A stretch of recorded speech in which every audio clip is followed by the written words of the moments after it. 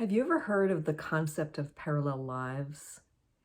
It's like there are multiple versions of us, multiple versions of Earth in a sense, where we are the same person, but we're living a different life based on other decisions, kind of like, at a significant decision point, things sort of branch out, and then there's other decision points, and those places branch out. It's kind of a strange concept to ponder, but there are several in the consciousness community who believe this.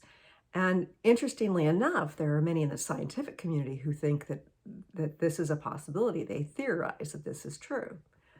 Well, long before I had heard this concept, long before I think there was even any information out there about the science that indicates this may be true, I had an interesting experience that I wanted to share with you. Years ago, I was sleeping late. It was one of those mornings I got to sleep in. And, I was really groggy, but I had to get up and go to the bathroom. So while I'm lying there in bed trying to wake up enough to put my feet on the ground and walk in there, I realized that I was feeling some pressure in my chest. It was kind of like this discomfort, almost like the feeling you can get before you get a chest cold, like right when it's starting to move into your chest. So I'm wandering into the bathroom and my eyes are barely open, and all of a sudden I have this vision. I see this person who is me. It's another version of me, looks like me, different hairstyle, slightly different hair color. I'm sitting at a kitchen table in Lincoln, Nebraska, which is a place that I had moved from when I was 15 years old. And I'm sitting there and I'm smoking a cigarette. And it's kind of odd because in this life, I've never smoked cigarettes. So there she is. And I'm still in this sleepy stupor, halfway between sleep and wake. And I realize that it's her smoking that is making my chest uncomfortable, strange as that sounds. And I remember saying in my mind, you need to stop smoking because it's affecting me in this reality. And in that moment, I got this download, this intuitive guidance. Oh no, you can create more separation between her life and your life. And then as I started to wake up, I thought, that's really odd. Didn't feel like a dream, didn't feel like a memory, it was this strange anomaly. And I thought, isn't that interesting? Never did get the chest cold, never did, feel any more discomfort in my chest at that point. But I just sort of filed that away. And then it was probably a year or two later when I started hearing about these theories that we have parallel realities. So fast forward many years, I'm sitting down at a restaurant having lunch with my sons, and I began to talk about how their grandpa, my father, had designed this house we lived in when we lived in Lincoln, Nebraska. He wasn't an architect, but he had designed it, and he had an architect, put up the blueprints, and my parents had the house built. It was a wonderful house. And I was growing up there. It was a place where I was feeling very happy growing up. And I thought, you know what, these days with Zillow and Realtor.com and Redfin, whatever you call it, Redfine, don't know how you pronounce that, but with these apps that have all this information online, including photos of places that have been sold, I thought maybe I'll be able to find it. So I, was able to find the house. I was trying to remember the address, finally recalled what it was. And there was a picture of the house. And there weren't any interior photos, but it looked like the same house, same color it had been painted. Some of the trees had grown quite dramatically, and one of the trees that had been out front was gone, but it was the same house.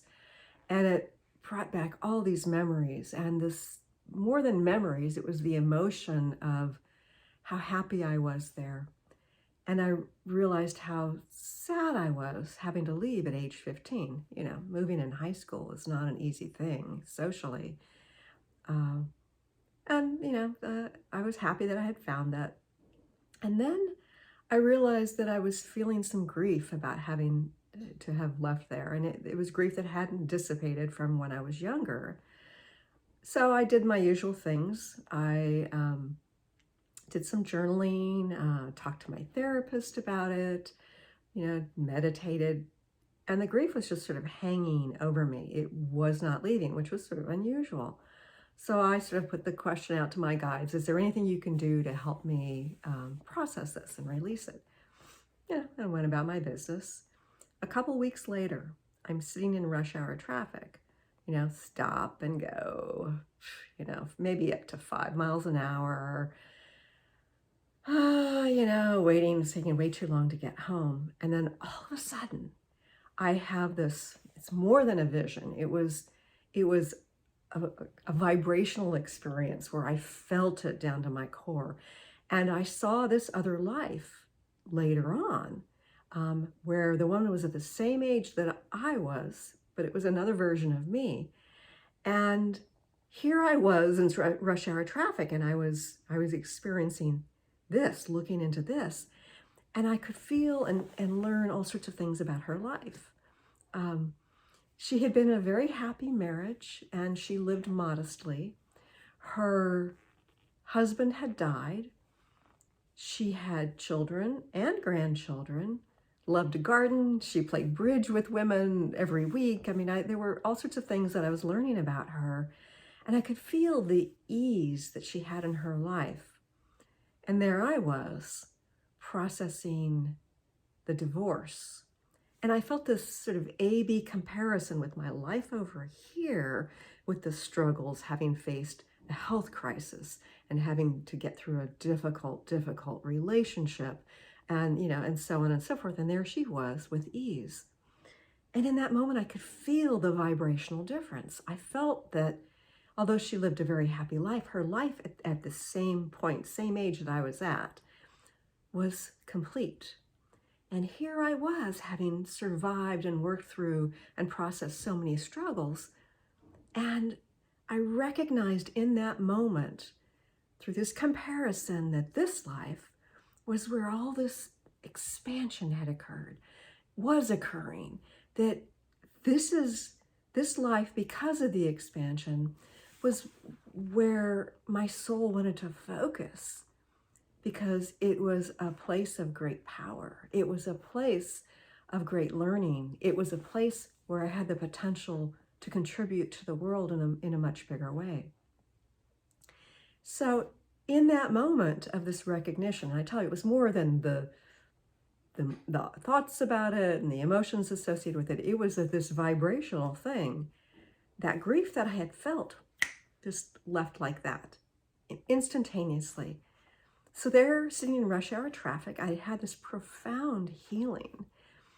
And one of the reasons I'm telling you about this isn't just because it's this interesting experience of potentially a parallel reality, and whether or not it really exists, I can't tell you. It felt and feels very real. And I've since had a couple of other experiences with another path where I live somewhere else.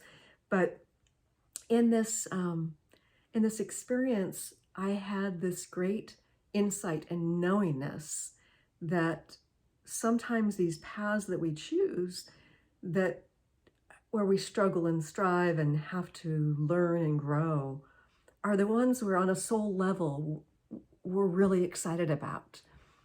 And I think about the struggles we're facing in the world today, and how many of us are seeing that we need to show up in big ways to help with the shift. So I encourage you to perhaps, ask your own inner guidance if you can have this sort of experience to see. But perhaps you don't even need to do that.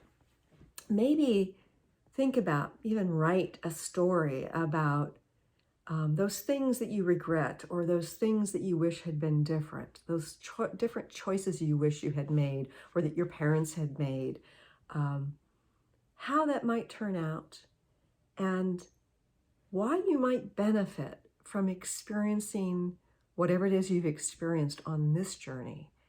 and how it might help you to show up in a bigger way in your life, in your community, in the world, as somebody who's contributing deeper knowledge and more extensive, expansive growth because of the struggles that you've faced.